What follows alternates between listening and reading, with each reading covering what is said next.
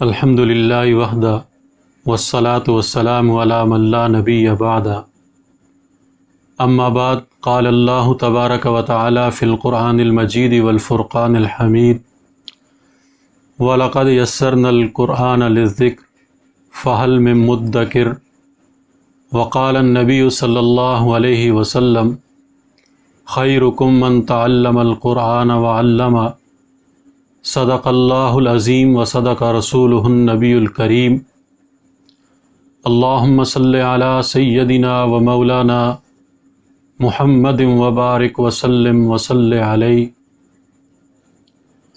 اللہ رب العزت نے انسانوں کی ہدایت کے لیے قرآن پاک کو نازل فرمایا۔ قرآن پاک ایک ایسا نور ہے جس سے ہم ضلالت و گمراہی کے اندھیروں کو دور کر سکتے ہیں۔ قرآن کریم ایک ایسا نسخہ کیمیا ہے جس سے ہم اپنی تمام روحانی بیماریوں کا علاج کر سکتے ہیں۔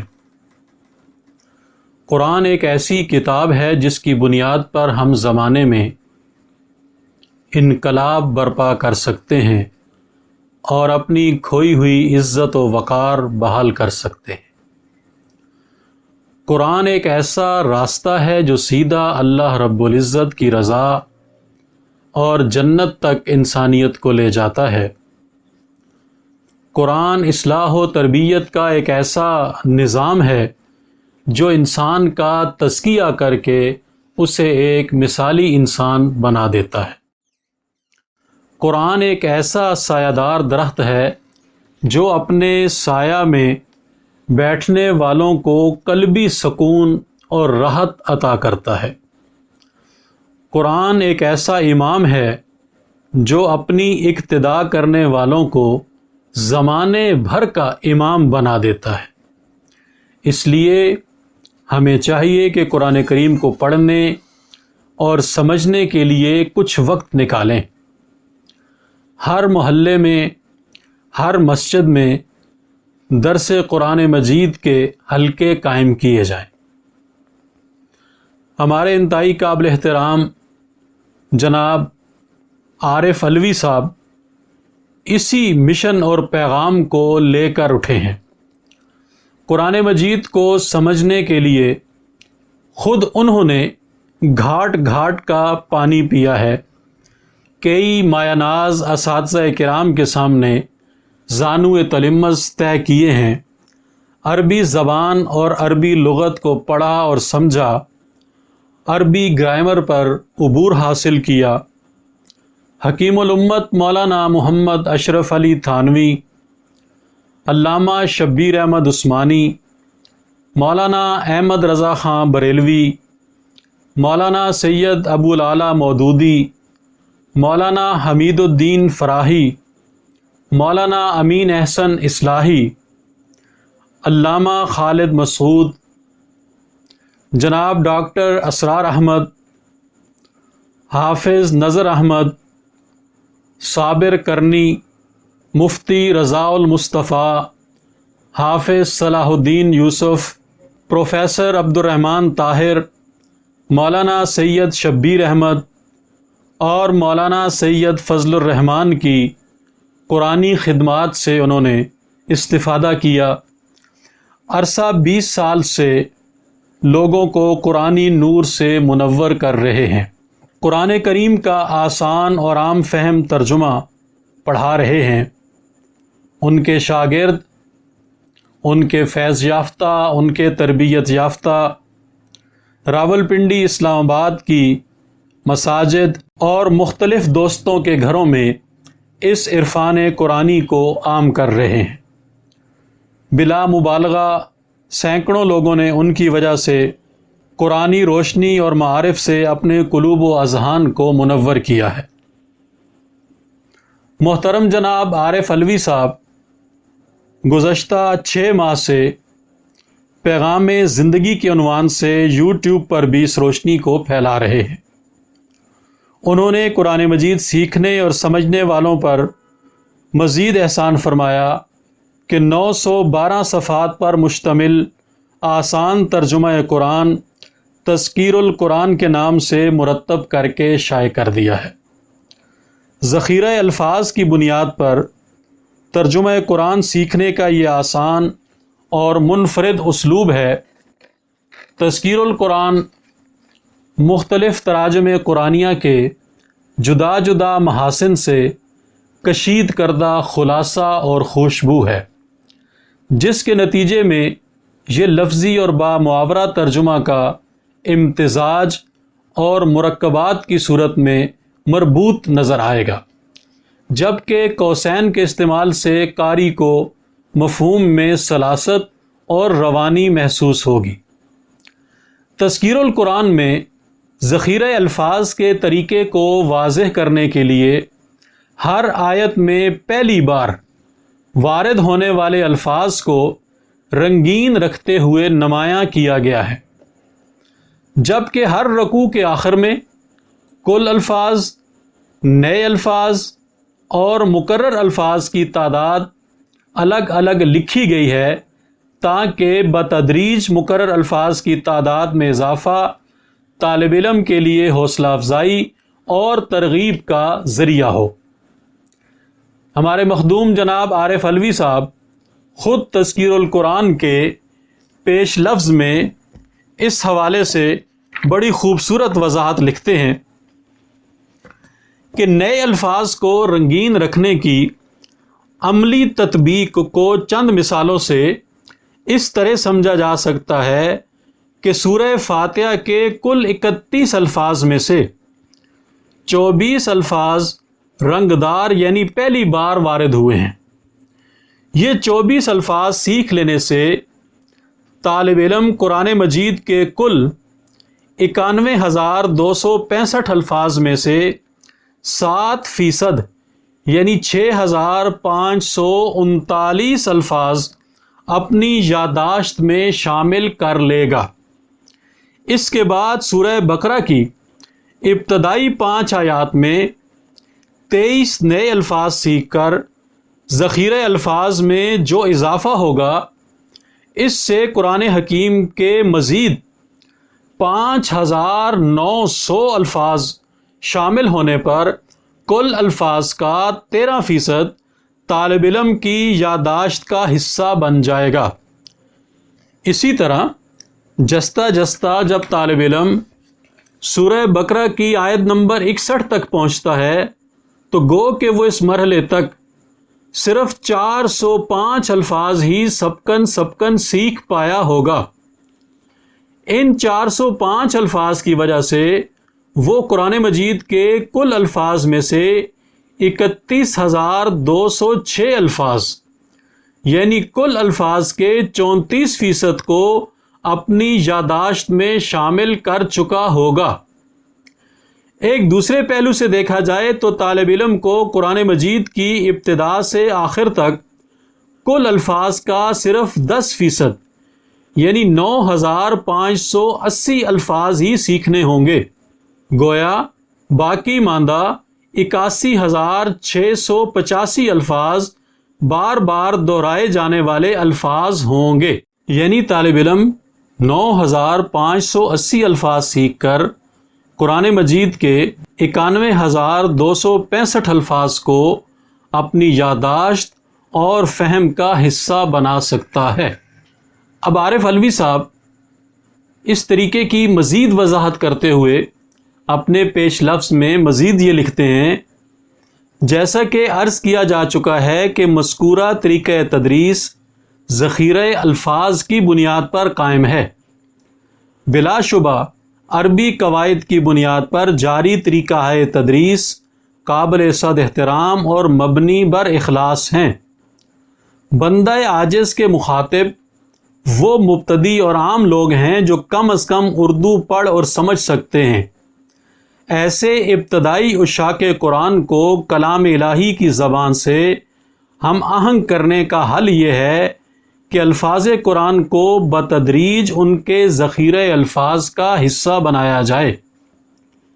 ہر بچہ جس طرح فطری انداز میں اپنی مادری زبان سیکھتا ہے اور جیسے ہم کسی بھی اجنبی زبان کو جستہ جستہ اپنے ذخیرہ الفاظ میں شامل کرتے ہوئے سیکھ لیتے ہیں۔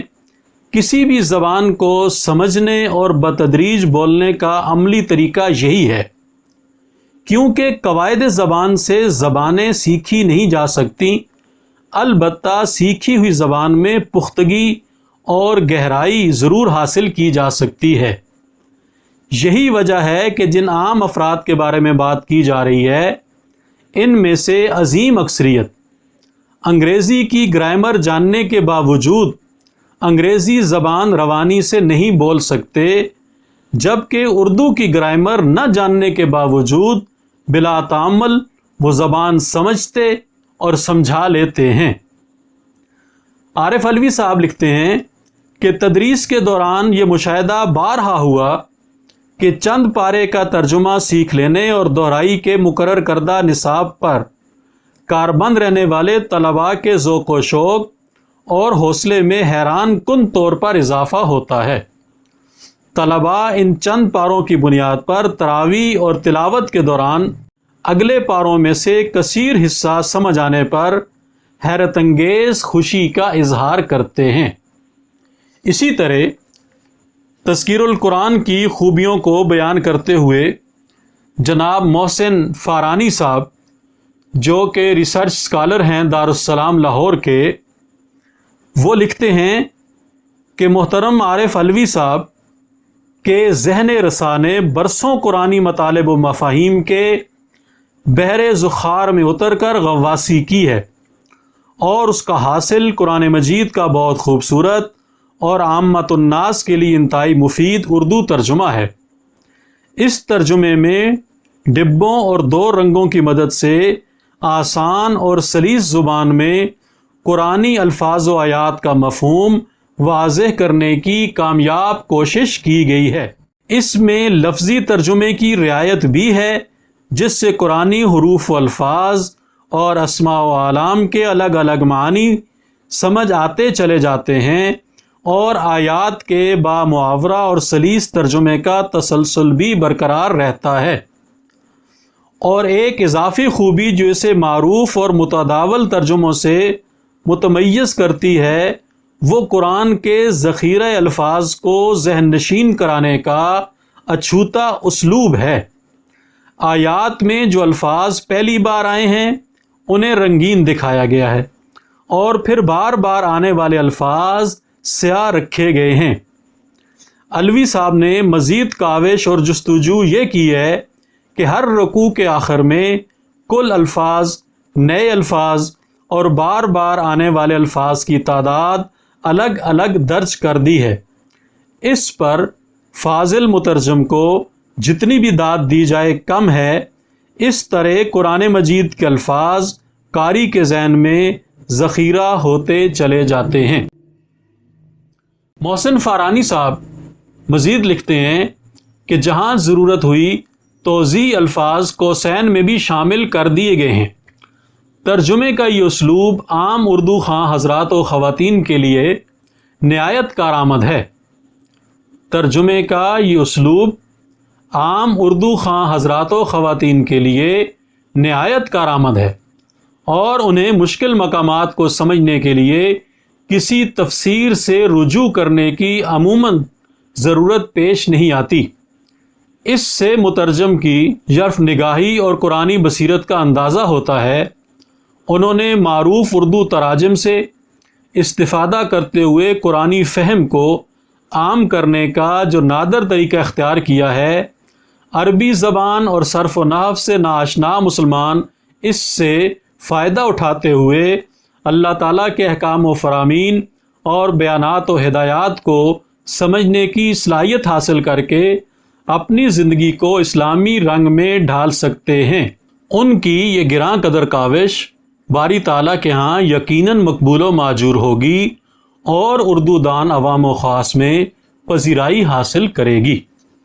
اسی طرح ڈاکٹر منصور الحمید صاحب اس پہ تبصرہ کرتے ہوئے لکھتے ہیں کہ محترم عارف علوی صاحب نے اپنے شوق سے قرآن مجید کی عربی اور گرامر کا گہرا علم حاصل کیا۔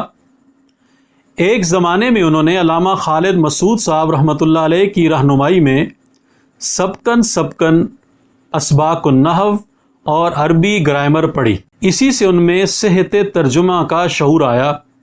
اردو زبان میں قرآن مجید کے مختلف تراجم میں کس آیت کا ترجمہ اصل سے زیادہ قریب ہے، اس کے وہ خوب شناور ہیں۔ اس لیے موجودہ ترجمے کی ایک خاص بات یہ ہے کہ اس میں صحت ترجمہ کا خاص خیال رکھا گیا ہے۔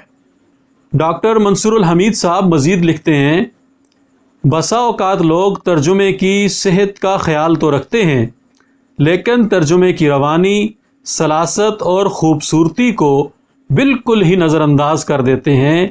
یہ ترجمہ اصل کے قریب تر بھی ہے اور خوبصورت بھی۔ عربی گرامر سے ناواقف حضرات کو لفظی ترجمہ پڑھتے ہوئے اکثر یہ سمجھ میں نہیں آتا کہ آیت میں بات کہنے والا کون ہے اور بات کس سے کہی جا رہی ہے، یا آیت میں اگر کوئی معنی محذوف ہے تو وہ کیا ہیں۔ اس ترجمے میں قوسین استعمال کر کے ان تمام الجھنوں کو رفع کر دیا گیا ہے۔ لفظی ترجموں میں رنگوں کا استعمال پہلے بھی ہوا ہے، لیکن اس ترجمے میں اس کی تدریسی افادیت کو مزید بڑھا دیا گیا ہے۔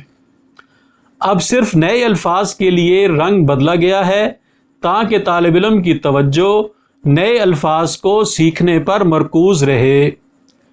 لفظی ترجمے والے قرآن عام طور پر نہایت سادہ، ہلکے کاغذ اور معمولی طباعت کے ساتھ شائع کیے جاتے ہیں، جو قرآن مجید کے کسی طور بھی شایان شان نہیں ہیں۔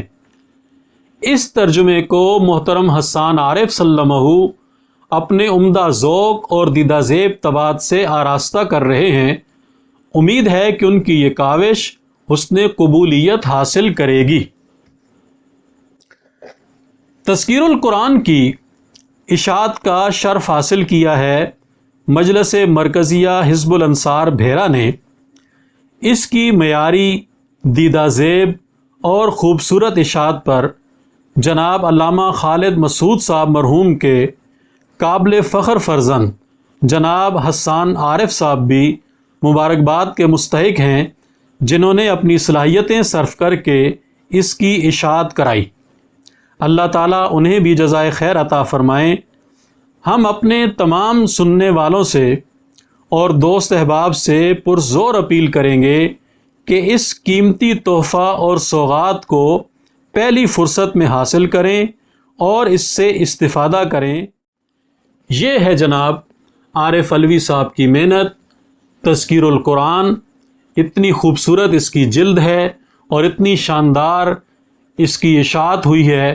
اس کی بائنڈنگ انتہائی خوبصورت ہے، کاغذ بہت اچھا ہے، اور اس کی پرنٹنگ یہ بھی آپ دیکھ سکتے ہیں کہ کتنے اچھے انداز میں اس کو پرنٹ کیا گیا ہے، اور فونٹ اس کا بہت اچھا رکھا گیا ہے کہ عام آدمی بھی آسانی سے اس کو پڑھ سکتا ہے اور سمجھ سکتا ہے۔ تو قرآن مجید کا یہ ترجمہ جہاں لفظی ترجمہ ہے، وہاں با محاورہ ترجمہ بھی ہے۔